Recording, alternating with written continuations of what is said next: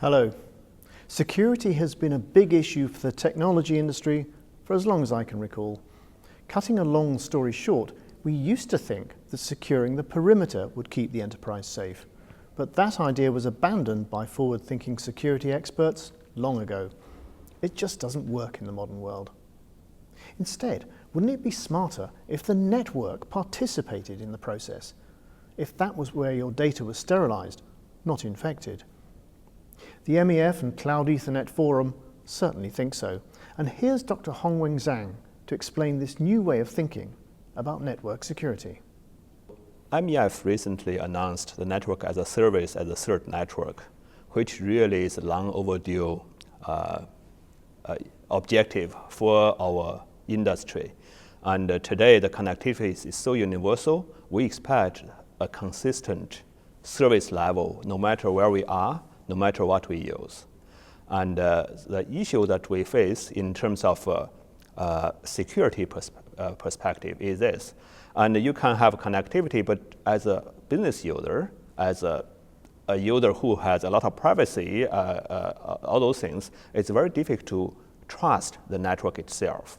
So our view is this. Our view is that for the network as service to work, security is absolutely needed element for it to work. To that degree, and the security should really echo what the third network's mission is about. It has to be agility for provisioning, and has to be very assured so that no matter what application you are using, what network you are on, you are assured for your privacy and the security, all those concerns. And also because it goes through many different vendors, different systems, and those things, and it needs to be orchestrated. So those are really the key element we see in the next wave of innovations in networking, which is represented by MEF. Now there are two other bodies involved in this initiative, the MEF and the Cloud Ethernet Forum, or CEF. What's their role? Yeah, third network delivers three attributes. There will be agile, there will be assured, and there will be orchestrated. On the assured, we actually assure not only the performance, but also the security. So security as a service is a really important key piece of delivering the third network for everyone who actually going to be able to ask for on-demand services and guaranteed not only performance and security. I think what the CEF is doing is it's looking at interfaces between the different players in the ecosystem. So where the MEF can define the end-to-end and the attributes of a service and how that's secured and so on, what we want to do is make sure that those attributes of that service are then also extended into things that might not be directly network related. So they might be related to the provision of a cloud service, they might be related to the movement of a particular set of data, or a whole variety of different activities that might take place in this, and giving really a visibility and a set of controls that the enterprise can use to look after their data in this hybrid environment that covers multiple players, not only those that are involved at network level. Who benefits from all this, and what will those benefits be?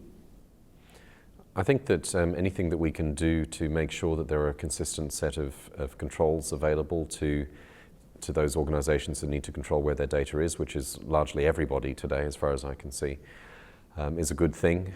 Making sure that it's easy to get very concentrated into things to do with security and securing data. I think we need to look more widely than that. It's also enforcing policy, and policy could be in relation to security activities, making sure who can see what kinds of data and that bad people can't take it and all of that sort of thing. But it's also the processes and procedures that organizations need to have in order to handle data, or to either to comply with their own internal requirements, audit requirements, regulatory obligations. There's a whole variety of things that people need these policy controls to be available to them. And at the moment, the policy controls that are available to them from different service providers vary. Once you start talking about applications, there's not really a consistent set of controls around there.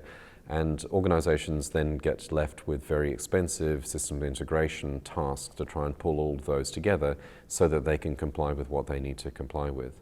So I see huge benefit by taking away that complexity. You can have a certain set of assumed common controls that are in place to allow an organization to manage its own policy environment.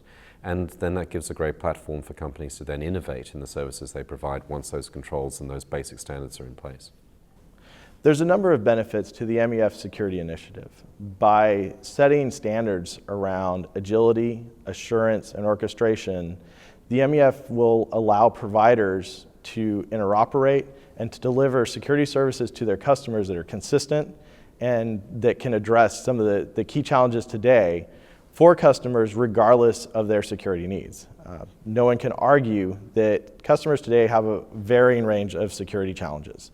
Financial governments, defense, all the way down to small businesses have varying needs in their security. Some need more security than others.